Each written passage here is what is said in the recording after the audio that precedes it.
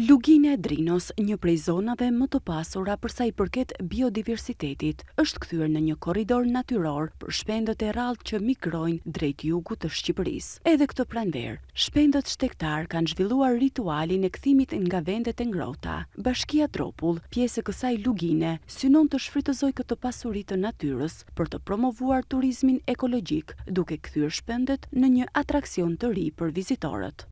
Në Bashkinë Tropull kemi disa lloje të cilat çdo vit folezojnë, siç është lejleku i cili ishte i pranishëm dhe dje në folet e ndërtuara në këto zonë. Është edhe Kali Kyqjes, që është një spend i veçantë për qarkun e Gjirokastrës, që zgjen dhe folezon vetëm në qarkun e Gjirokastrës në gjithë territorin e Republikës së Shqipërisë, dhe kemi dhe skifterin Këndravert që folezon gjatë beharit në qarkun e Gjirokastrës.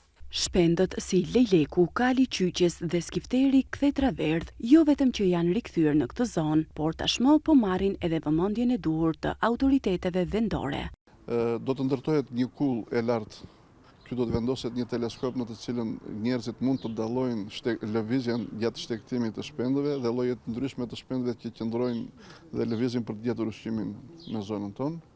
Tashmë konstatohet një interes në rritje për vlerat natyrore të zonës së Tropullit dhe Gjirokastrës, të cilat pasurojnë edhe guida turistike.